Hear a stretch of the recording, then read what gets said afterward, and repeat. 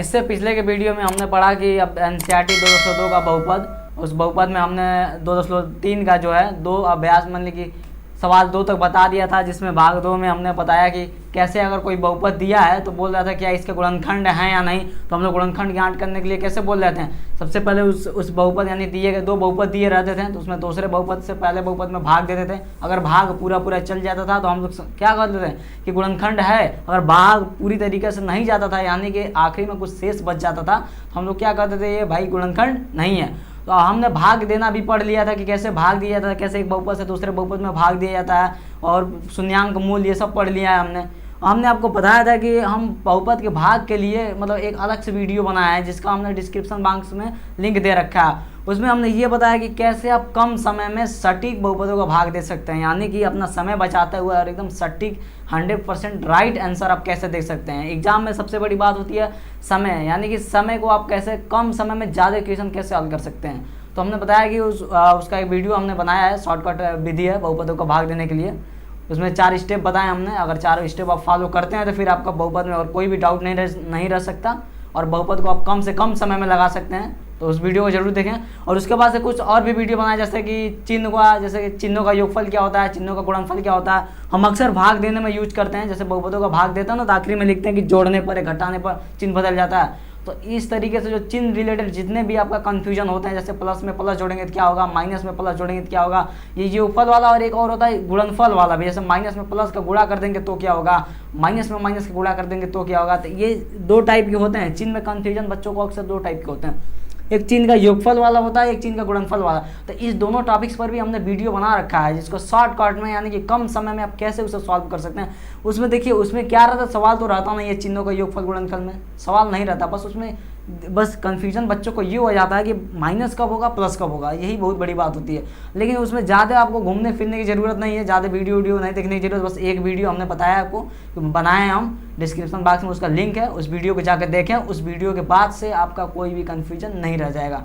तो चलिए हम लोग अपने टॉपिक पर आते हैं। आज पढ़ रहे हैं हम लोग वही अभ्यास 203 का एनसीईआरटी बुक से पढ़ रहे हैं, हम लोग का बहुपद चल रहा है। तो उसमें जो तीसरा नंबर का सवाल है वो आज हम लोग पढ़ने वाले हैं। तो तीसरा नंबर से पहले जो दूसरा नंबर तक का सवाल था हमने इससे पिछले के वीडियो में उसे करा रखा है। जो लोग वीडियो नहीं देखे हैं अभी तक, डिस्क्रिप्शन बॉक्स में उस वीडियो का लिंक है, जो वहाँ जाकर एक बार वीडियो जरूर देखें। तो देखिए इसमें बोला है कि एक बहुपद दे दिया गया है। बहुपद में मान लीजिए क्या बहुपद दिया है 3x पे 4 plus 6x cube minus 2x square minus 10x minus 5, ये आपका है बहुपद, ये बहुपद दे दिया। अब बोल रहा है इस बहुपद के 2 शून्यांक ऑलरेडी हैं, यानी कि इस बहुपद के 2 शून्यांक को दे दिया है। देखिए एक शून्यांक है कड़ी में 5/3 एक शून्यांक है, और माइनस कड़ी में 5/3 एक शून्यांक, यानी कि ये 2 जो हैं शून्यांक है किसके, इसी बहुपद के, यानी कि ये जो दिया है बहुपद इसका शून्यांक भी दे दिया है। और आपसे पूछ रहा है कि इसके अन्य यानी कि दूसरे और भी बहुपद ज्ञात कीजिए। यानी कि अगर ये 2 बहुपद देकर और यानी कि 2 शून्यांक देकर और शून्यांक पूछ रहा है, इसका मतलब इसके शून्यांक 2 से ज़्यादा है, 2 से ज़्यादा तभी ना पूछ रहा है। देखिए 2 शून्यांक होते तो 2 शून्यांक पहले ऑलरेडी दे चुका है। और बोला इन 2 शून्यांकों का प्रयोग करते हुए आप इस बहुपद के और भी शून्यांक ज्ञात कीजिए। तो हमने आपको बताया शून्यांक क्या होता है। देखिए शून्यांक क्या होता है, यानी कि x की वो वैल्यू, यानी इसमें देखिए ये x के सापेक्ष में बहुपद है, तो x की वो वैल्यू जिसका मान दिए गए बहुपद में रखने पर बहुपद का मान 0 हो जाता है, उसे ही कहते हैं शून्यांक। यानी कि x की कोई भी यानी x की जितने भी वैल्यू आती है x का मान इसमें रखने पर बहुपद का मान क्या हो जाएगा 0, उसे ही कहते हैं शून्यांक।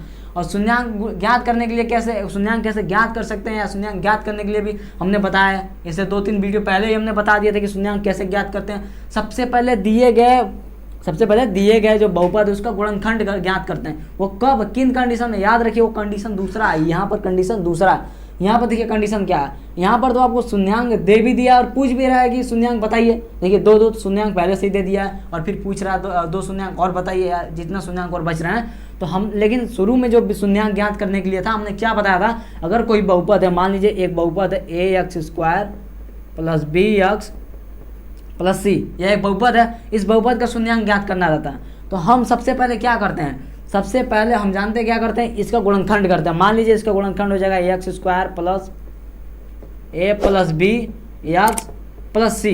मान लीजिए इसका गुणनखंड करने में ऐसे आएगा, ऐसे करके, और आगे अगर इसको सरल करेंगे तो मान लीजिए ऐसे आ गया x plus a x plus b मान लीजिए इस बहुपद का गुणनखंड ये आ गया x plus a x plus B, मान लीजिए सपोजेड, यानी कि इसका बहुपद ये आ गया, इसका गुणनखंड, यानी कि अब ये गुणनखंड है जो x plus a x plus b है, a x square plus b x plus c का गुणनखंड है। तो अब देखिए, अब शून्यांक ज्ञात करने के लिए हमने क्या बताया था, किसी एक पद को उठाते हैं बराबर जीरो कर देते हैं, यानी कि x प्लस ए को उठाएंगे बराबर जीरो करेंगे, फिर पक्षांतर कर कर, जोड़ कर, घटा कर, गुणा कर, भाग कर, कुछ भी कर कर हमें x की वैल्यू निकालनी होती है। यानी कि देखिए x की वैल्यू कैसे निकालेंगे, पक्षांतर कर देंगे प्लस, यानी कि बराबर के इधर है तो ये प्लस है, यानी बराबर के उधर जाएगा तो क्या हो जाएगा माइनस, यानी कि x बराबर माइनस ए।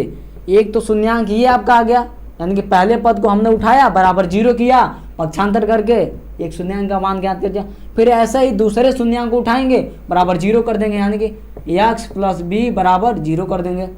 फिर x की वैल्यू ज्ञात करने के लिए कुछ भी करके, यानी कि जोड़ कर, घटा कर, गुणा कर, भाग कर, पक्षांतर करके x की वैल्यू ज्ञात करते हैं। यहाँ देखिए प्लस b, यानी कि b जो है प्लस में बराबर के दाएं साइड में जाएगा तो वो माइनस में हो जाएगा।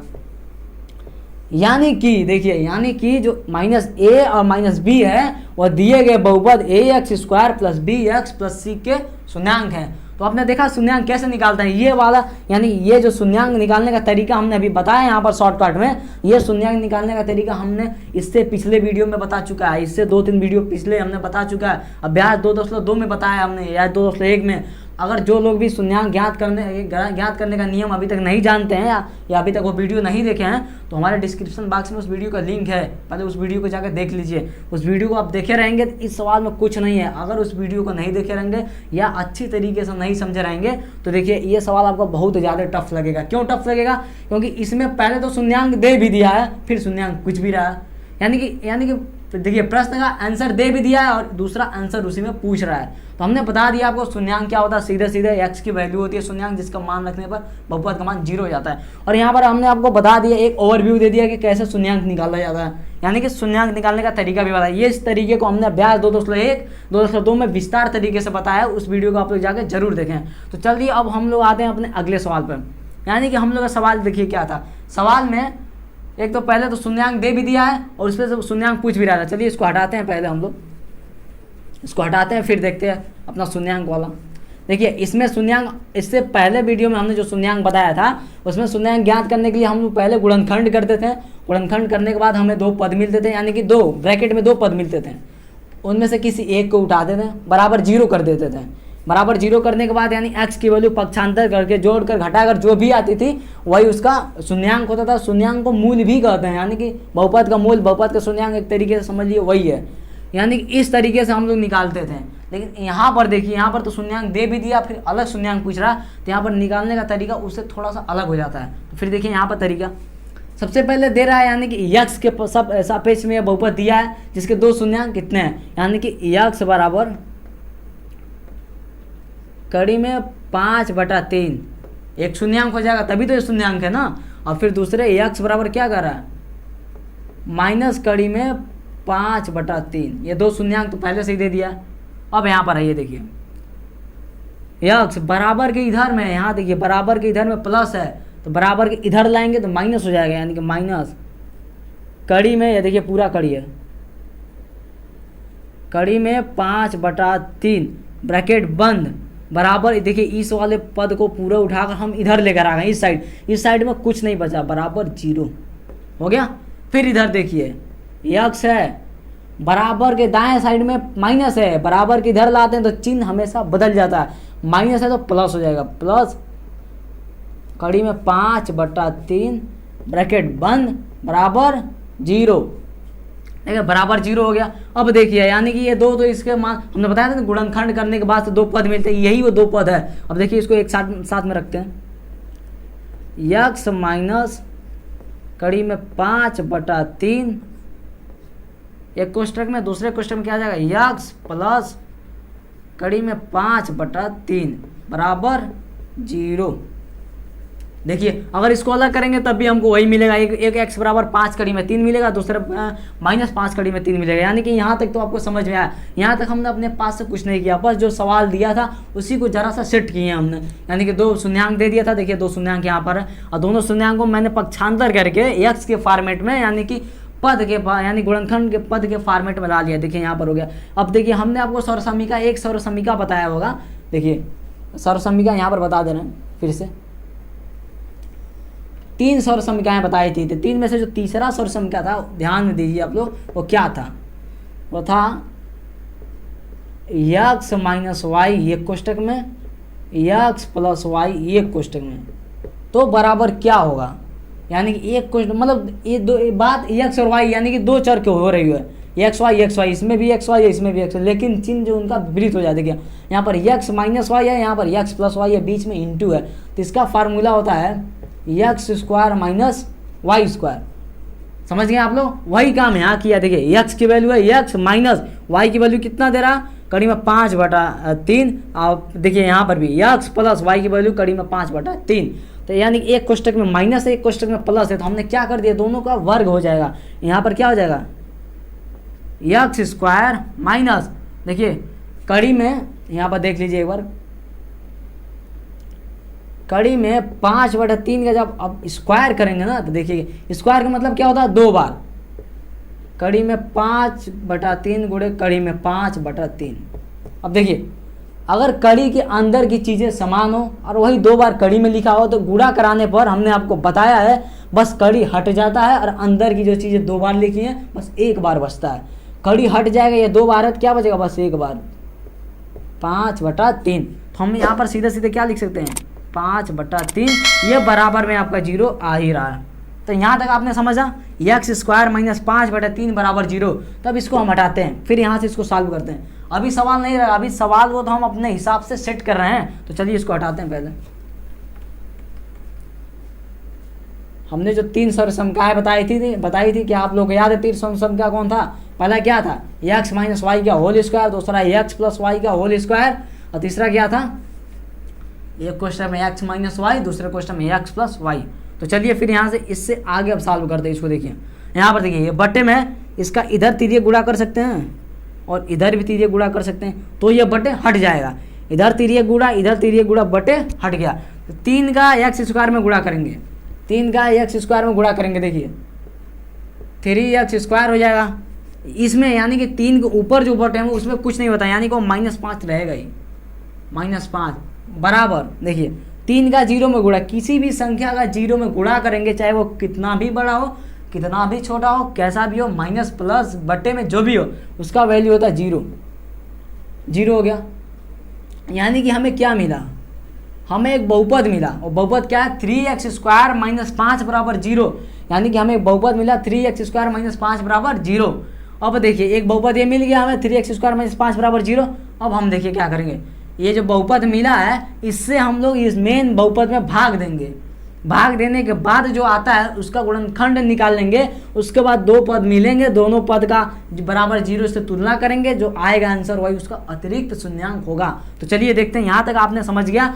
इसको ध्यान में रखिए, 3x स्क्वायर माइनस 5 बराबर 0 ये हमको मिला है। अब इसी से इसमें भाग देना है। तो ये सारी चीज़ें हम हटाते हैं। ये सारी चीज़ें आशा करते हैं कि आपने समझ गया होगा अच्छी तरीके से, कहीं भी फंसने लायक कोई चीज़ है ही नहीं, हम इतना विस्तार से बता रहे हैं। तो इसको हटाते हैं, इसे आप लोग याद रखिएगा। चलिए इसको हटाते हैं। पहले देखिए इस सवाल में कुछ है नहीं, लेकिन ये सवाल एग्जाम के नज़रिए से बहुत ही ज़्यादा इंपॉर्टेंट हो जाता है, और इस पर एक एग्जाम्पल भी दिया है। आप लोग एग्जाम्पल को भी लगाइएगा, क्योंकि एग्जाम में कभी कभी तो एग्जाम्पल सेम टू सेम पूछ लेता है, और एग्जाम्पल भी कुछ नहीं, बस सेम जैसे बता रहे हैं एकदम ऐसे ही लगेगा। इसको याद कर लीजिए, कितना? 3x square minus 5, 3x square minus 5 है। आप लोग साथ ही साथ समझते चलिए, वीडियो को बिल्कुल भी बीच में स्किप ना करें, वरना आपको समझ में नहीं आ सकता है। वीडियो को बिल्कुल भी स्किप ना करें। तो चलिए क्या आया था हम लोग के पास? 3x स्क्वायर माइनस 5 बराबर 0, उसे छोड़ देते हैं क्योंकि भाग देना है। अब देखिए भाग किस में देना भाई? भाग तो हमें इस वाले बहुपद में देना है। 3x पे 4 प्लस 6x पे क्यूब माइनस 2x पे स्क्वायर माइनस 10x, ये तो छोटा पड़ गया, चलिए इसको हटाते हैं।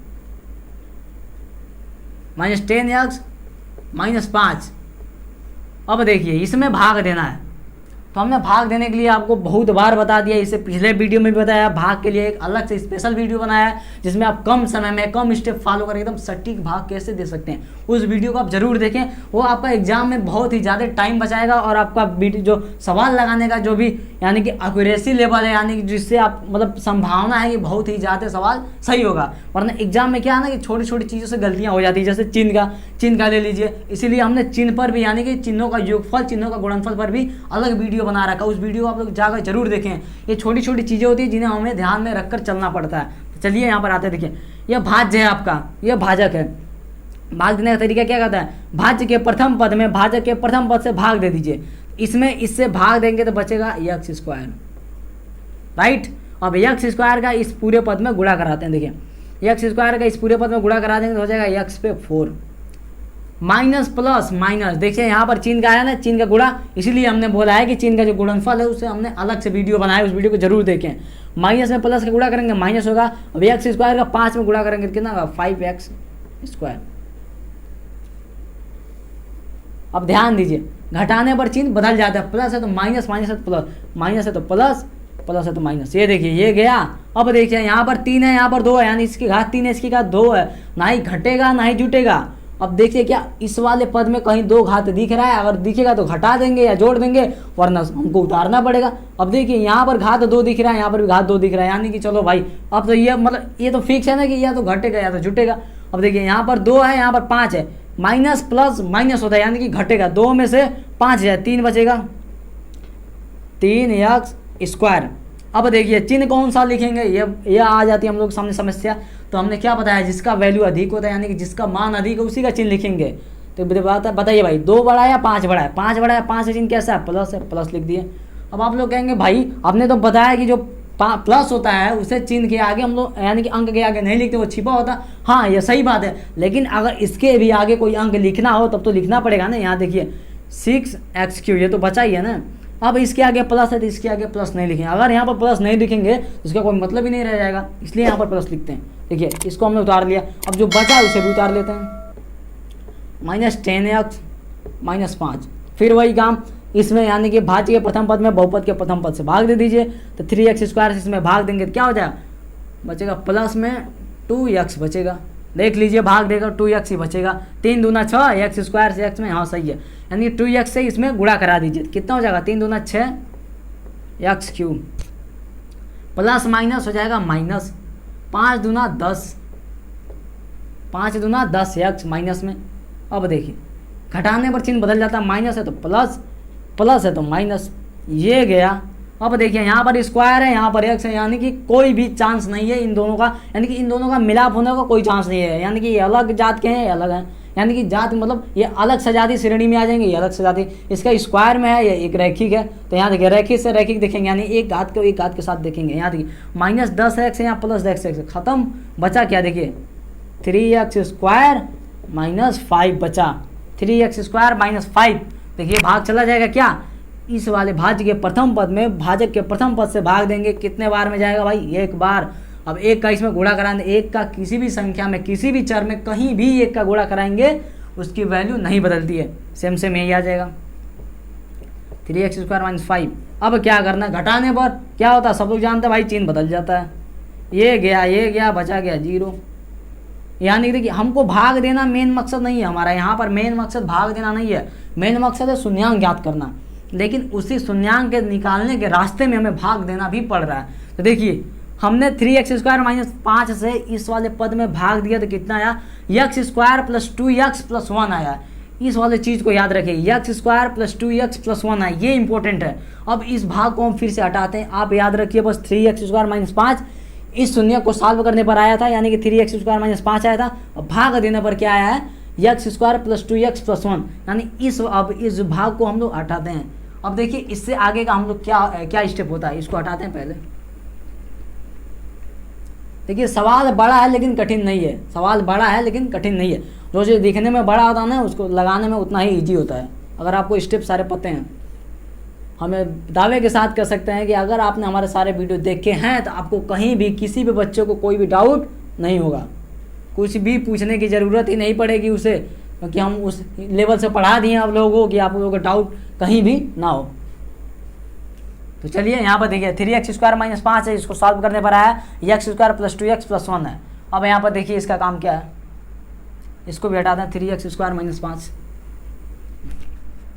3x² माइनस 5, इसको एक ब्रैकेट में डाल देते हैं, फिर 3x² माइनस 5 इसको भी एक ब्रैकेट में डाल देते हैं। इन दोनों का अगर आप गुणा कराएंगे ना तो देखेंगे इतना ही आ जाएगा, यानी कि 3x² माइनस 5 का अगर x² प्लस 2x प्लस 1 में गुणा कराते हैं तो इतना ही आएगा 3x पे 4 plus 6x³ minus 2x² minus 10x minus 5। अब देखिए इसको अगर हम इसका अगर शून्यांक निकाल लेंगे, शून्यांक निकालने किसी एक पद को लेते हैं बराबर 0 कर देते हैं, इसका शून्यांक निकालेंगे तो यही आएगा जो कि पहले से दे दिया है, यानी कि इस वाले का अब काम यहाँ पर खत्म। अब बचता है क्या, x² प्लस 2x प्लस 1, इसका शून्यांक निकालना है। अब यहाँ से पिछला रूल अप्लाई होगा, सबसे पहले इसका गुणनखंड करेंगे। देखिए फिर क्या है, इसको उठाते हैं x² प्लस 2x प्लस 1, तो देखिए x² प्लस 2x प्लस 1 है, यानी कि यही हमने इसको यहाँ पर लिख लिया है x² प्लस 2x प्लस 1। अब इसका गुणनखंड करें, गुणनखंड करने का नियम क्या होता है, लास्ट के अचर पद का शुरू के गुणांक से गुणा कराते हैं, और यहाँ पर जो चिन्ह रहता है यानी कि प्लस है तो जोड़ने पर 2 आना चाहिए, गुणा करने पर 1 आना चाहिए। तो भाई देखिए चलिए x² प्लस, देखिए लास्ट का जो है 1, यानी कि देखिए 2x को 2 भागों में बांटिए या 2 अलग अलग पदों में लिखिए कि गुणा करने पर कितना आए, 1 आए और जोड़ने पर 2 आए। x प्लस x नहीं लिख सकते हम, क्यों भाई, x प्लस x लिख सकते नहीं, गुणा करने पर देखिए कितना आएगा, इसका 1 है, 1 में x² का गुणा करेंगे तो यानी कि x² x का x में गुणा करेंगे x², सही है। जोड़ने पर 2x आना चाहिए, x में x जोड़ेंगे 2x, बिल्कुल सही है।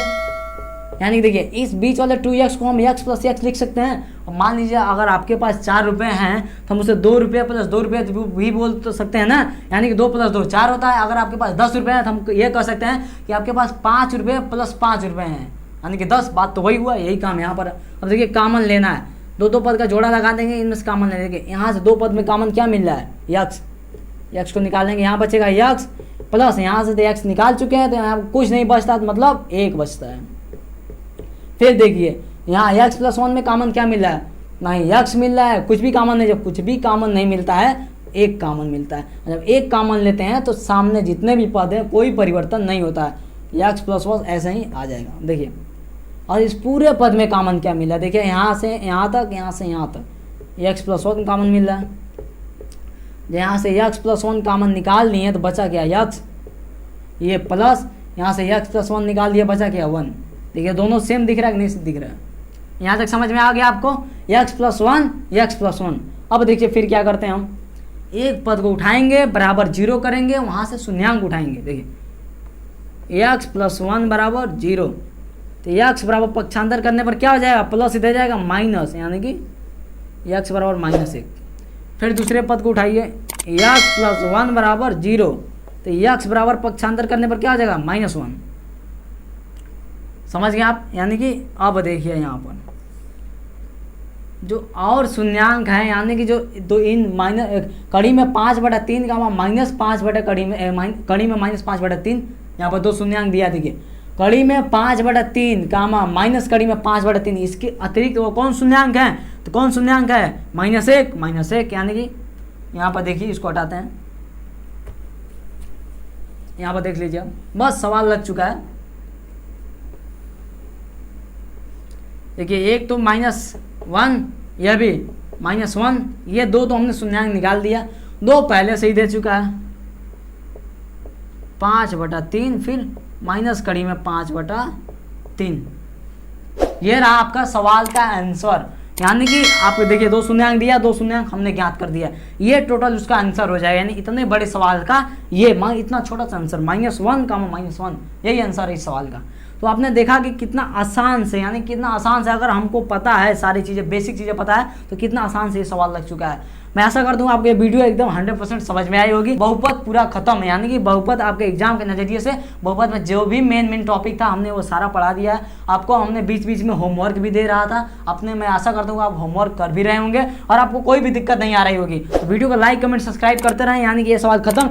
आपका एक सवाल और बच जा रहा है, उसे नेक्स्ट वीडियो में हम बताएंगे, वो बहुत ही इंपॉर्टेंट सवाल है, उस सवाल को बिल्कुल भी मिस ना करें। और ये सवाल भी एग्जाम के नज़रिए से बहुत ही ज़्यादा इंपॉर्टेंट है, इस पर एक एग्जाम्पल भी दिया है। बुक में आप लोग लगाएंगे, जरूर लगाएंगे, और वो 100% लगेगा, आपको कहीं भी कोई भी कंफ्यूजन नहीं होगा।